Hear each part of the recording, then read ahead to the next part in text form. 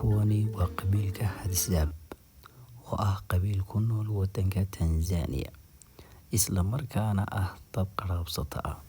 Daraasad dhow oo la sameeyay dhowaan waxaa lagu shaaciyay inay tirada qabiilkan ay yihiin 1200 ilaa 1300 oo qof. Qabiilkan waxay leeyihiin luqad u gaar ah oo ah luqooyinka adduunka laga hadlo sida Ingiriiska, Carabiga iyo kuwa la midka ah.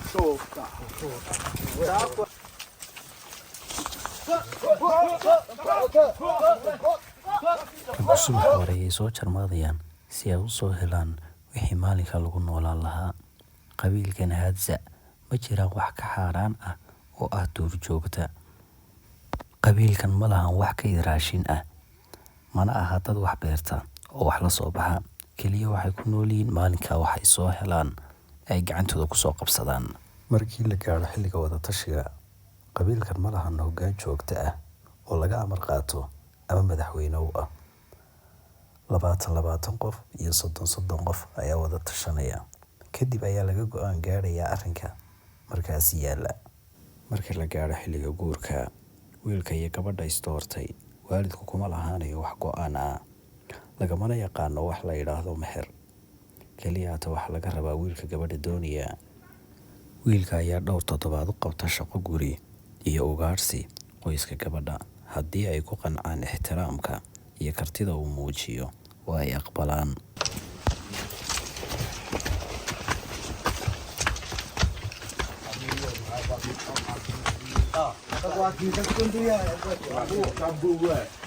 Waxaa jira dhowr caqabadood oo haysta qabiilka Hadzabe waqti xaadirkan la joogo, iyadoo ay hogaaminayso cadaadis dhul, beeraha, duurjoog dhoofinta iyo xeryaha xoolo dhaqatada ayaa yareeyay dhulkoodii ugaarsiga. Taasina waxay khasbaysaa mar haddii dhulkoodii yaraaday inay bedelaan qaab nololeedkoodii.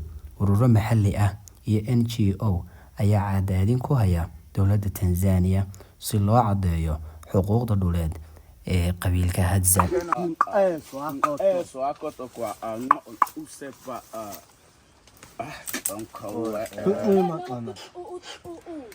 Isdhexgalka bulshada iyo luqadaha ayaa ku xidhan Sawaaxiliga, Ingiriiska oo iyaguna khatar badan ku haya qabiilka Hadzabe, iyagoo dhalinyaro badanna door bidayaan inay bartaan afafkaasi si ay ugu shaqo tagaan magaalooyinka, nolol tan dhaantana ay ugu raadsadaan.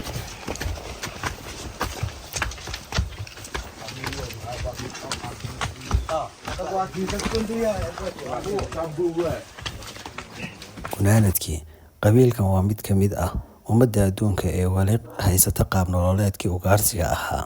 Inkastoo ay tiradoodu yar tahay, haddana waxay dhaxal u yihiin cilmi baaris, nafaqo luuqadeed iyo bulshada bini'aadamka. Ilaalinta dhulka iyo kobcinta afkooda ayaa ah furaha sii jirkooda.